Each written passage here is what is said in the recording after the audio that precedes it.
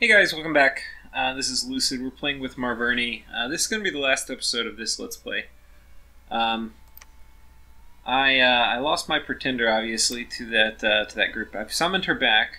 I alchemized a bunch of my gems, put them in air. I'm moving on to this final turn with my main army, and then I'm going to send my pretender in to kill this once and for all. So once she's empowered in air, she can do resist lightning on herself. And then in conjunction with all the other stuff she has, I think she'll be okay. But we'll see. So, yeah. It's pretty weird that didn't kill the Watchers. I still haven't seen Blodgy. It's just like he's letting me win. I don't know what's going on.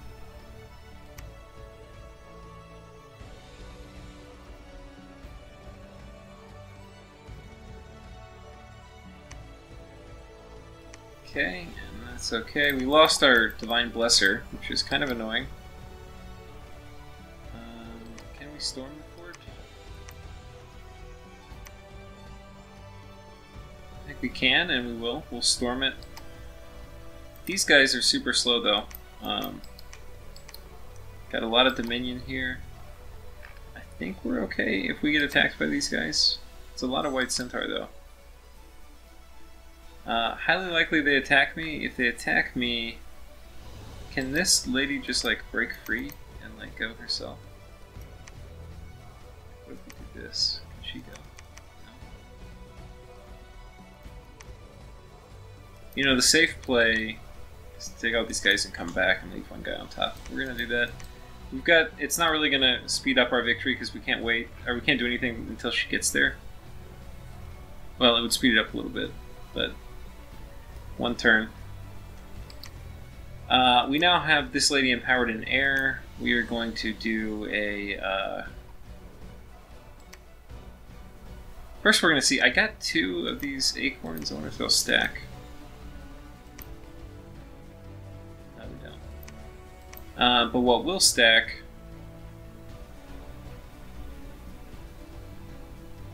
Let's just see. If I do that, and then I also do...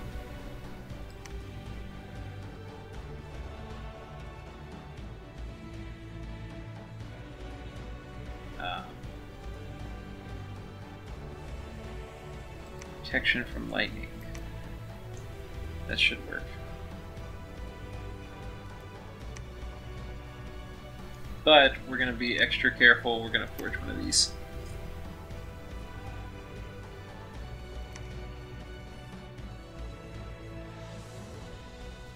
And that will be, I think, it for this turn. We're going to move back. This way I have my Divine Blesser. We won't have mass protection or anything for this fight.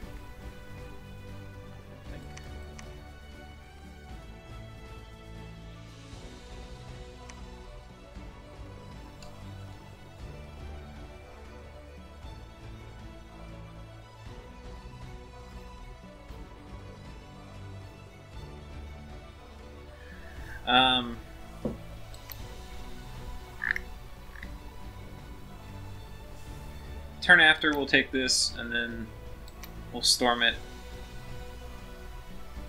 If there's a lot of White Centaur here, they would be able to kill it if properly blessed and whatnot, but it's hard to say.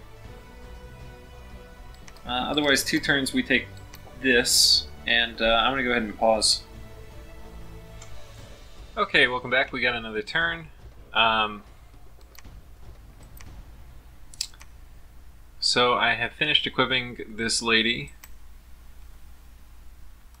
Wait, she needs a shield. Do I not have a shield? Oh, we'll give her a vine shield. Why would we give her a vine shield? What is that actually going to do? It's not going to do anything. She should get a second smasher. So we're going to move her up to the staging position, which is right here, and then she's going to attack. In the meantime, we're going to build one of these things. We left one dude on top, which they chose not to attack, which is fine by me, because now we're all going to jump in there, and that will give us first move advantage. But yeah, that's basically how that's going to go. I don't have any means really to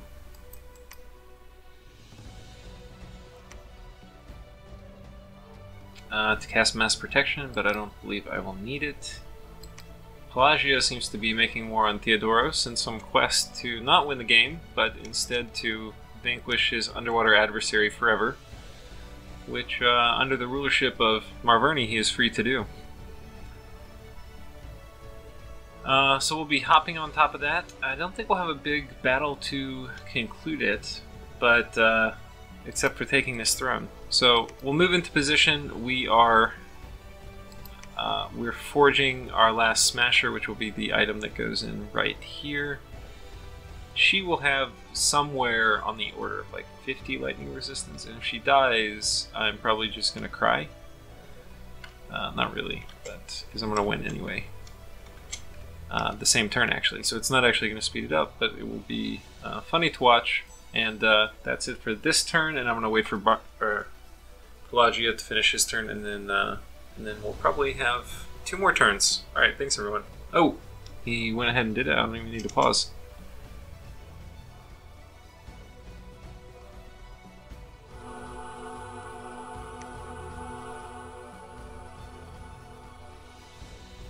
And here we go. Fort's broken, we're going to storm the castle. And he asked me in the chat if it's broken. I'm going to tell him yeah. And this lady, we're going to have her second smasher. And we're going to double check her script. Personal regen, elemental fortitude, liquid body, protection from lightning. I think she's good to go. That's all she needs. Oh, but she can't run in? Why can't she run in? Oh, I forgot. I'm an idiot. I'm an absolute idiot.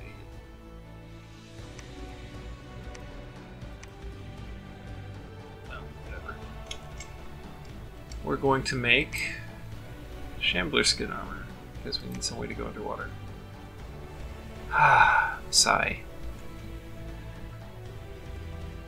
I don't think I have any other item that will do that.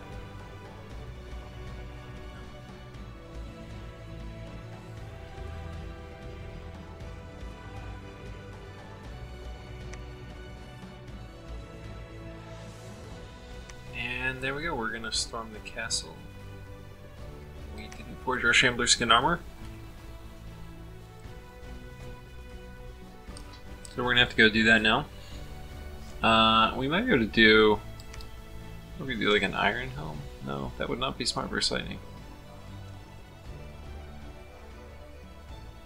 I'm going to go ahead and pause real quick. Okay, and we got another turn. And I was talking with Pelagia a little bit, and he was saying that he is coming to fight me, so hopefully we'll see one of his armies right near... No, I don't see him. Like, where is he?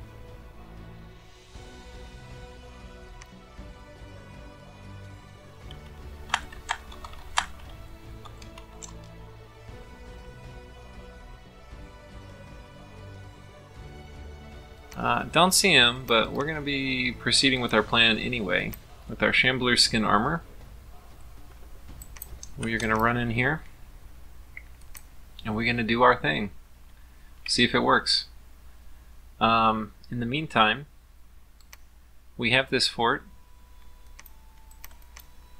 We're going to delay a turn. We're not going to claim it quite yet. We'll claim it in one more turn.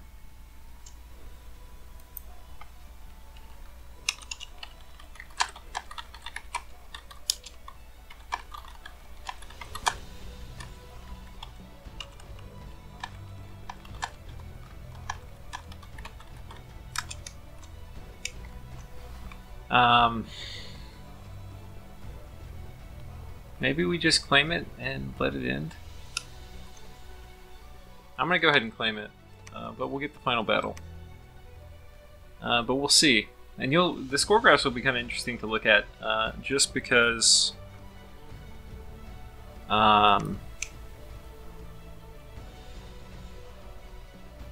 if he was nearby, I would do a final battle, but I don't see him. Maybe he'll do it here. We'll see. If he bumps me here, that would be really funny. but I would have brought an army.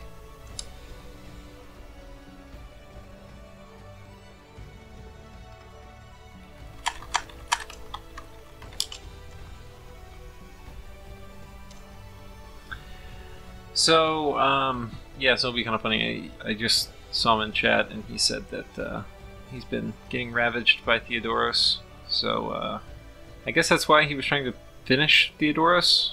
But I think Theodoros still has some land provinces, etc. The player was using a bunch of light raiders with his thugged out mage thugs, or whatever you would call them. But yeah. So I don't think we'll get another good battle. I think this will be the last turn. I don't think he's going to attack me. He can't really. Yeah, thanks everyone, and I'm going to pause for the final battle with the Watchers.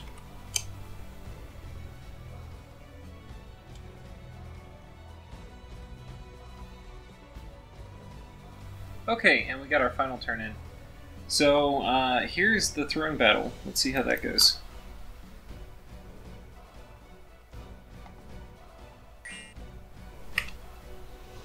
So we are trying this again.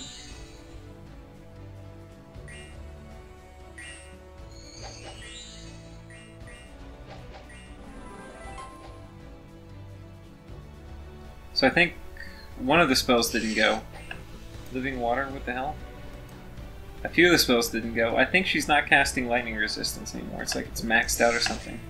Unfortunately, I think those kind of ruined my, I don't know, my fatigue's still like, not bad. Living Water is pretty strong too. Let me get normal speed. Let's see what happens here. How much HP do I have? 119.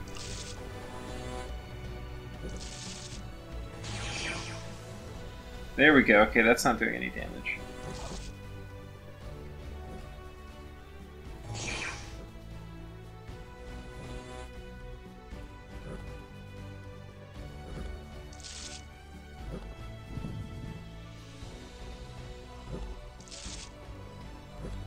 Well, there we go. It is actually working.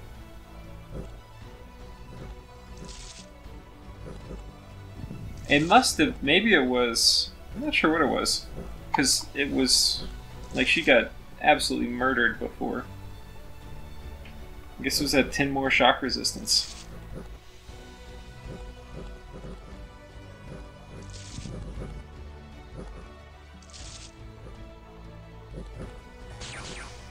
Speed it up.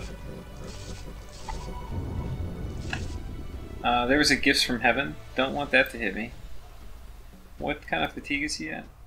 105. I do have luck though, so I'd have to get hit, which is unlucky. I'm getting fatigued out. I don't have the same kind of reinvigoration I did before.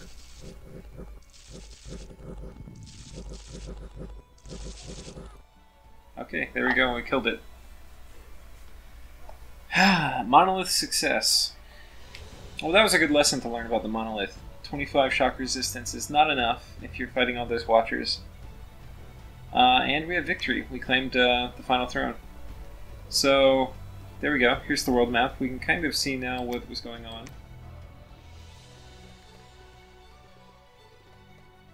Theodoros was not really that big. It's kind of surprising that occupied so much of Pelagia's attention. We'll look at score graphs real quick and then we'll call it. It's kind of late here. So this was Pangaea, right? This is why everybody ganged up on Pangaea. I actually, in terms of provinces, I did kind of okay actually for expansion until I was fighting Pangaea, and then I got kind of shat on. But this is why everybody was teaming up on him. Because he was definitely as strong as almost everybody else put together in terms of number of provinces. But as you can see, we all finally started teaming up on him. We all started gaining provinces. The person who gained the most, it looks like, was Theodoros, actually. If that's who this was. I don't know why I can't see the other nations, but...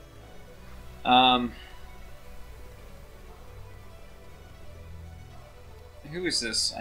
This was... I think this was Theodoros. Yeah, and who was this? This was Rus. Yeah, they got crapped on by... These guys got crapped on the most by Pangea. Like, even when we were beating Pangea, Pangea stayed focused on him. And then, really, I wasn't doing well. This is me right here, this little line. I wasn't doing well for almost the entire game. Like, I had a good initial expansion, as I was kind of mentioning in the playthrough. But then after that, I got attacked by Pangea. You know, I was 4th place out of 5 for a number of provinces. Really getting wrecked. In terms of forts, similar story.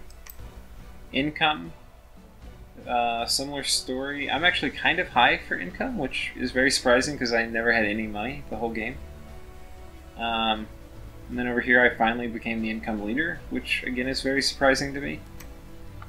Gym income, did not have much. I think this was when I cast Mother Oak, and then I was like kind of okay. Pangea still had way more.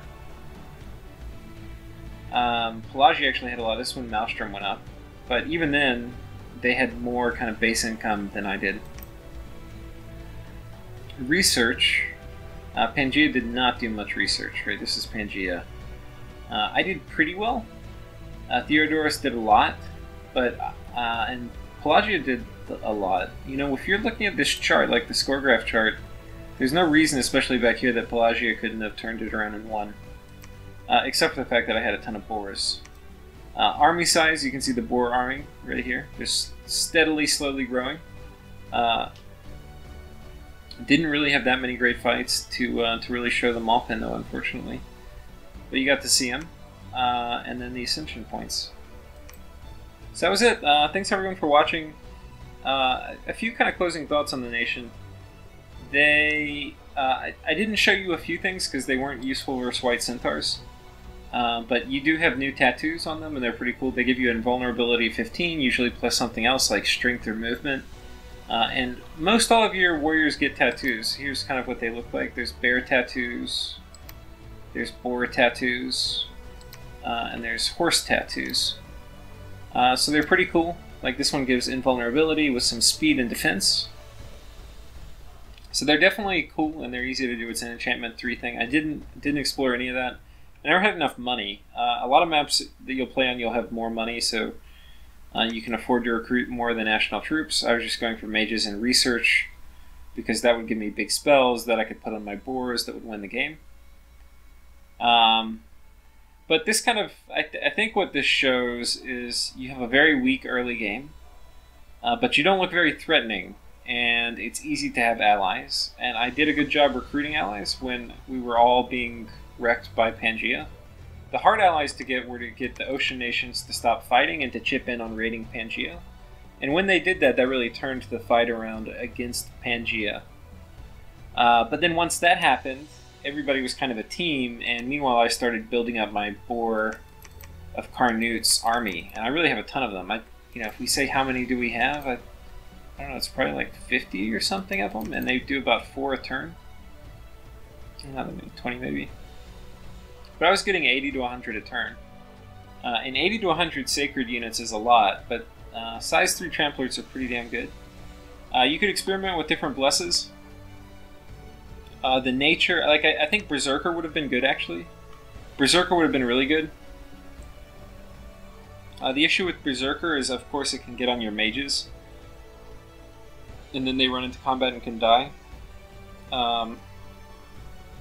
I think there's a spell somewhere that makes animals go berserk, I'm not sure. But I think the things that were important was I got Mother Oak off really early. Rushing Alteration was huge. I had no nature income. I wouldn't have been able to get anywhere near this number of boars if I was just dependent off natural site searching. And then having my Pretender who could cast Mother Oak right away without rushing construction or anything was key. So I think a nature element to the Bless is really important. Quickness is really good because it makes their otherwise kind of poor stats pretty good. It definitely helps with trample, and if they can't trample, it gives them 2 attacks instead of 1 against a larger unit. So I think this was a good bless. The nature part wasn't super useful except with foul vapors. Which, looking back on it, I don't really see when you would use foul vapors with boars, because boars die so quickly. So I think probably the better strat is berserker, but then you really have to worry about your communion mages getting all berserked up, because you don't want that. That said, it would only be your leaders of the mage, like your communion masters. Your stargazers are not sacred, so they would not get it. But yeah, this is a fun thing to do. It's really cheesy, you know. It's it's totally one-dimensional. The only ways to add dimensions to it are giving, different buffs to your boars. But it's really strong if you can get it off the ground. So anyway, good luck if you try to do a cheesy Marverni strat. Throw me a shout out if you can pull it off. Thanks everyone for watching. Bye.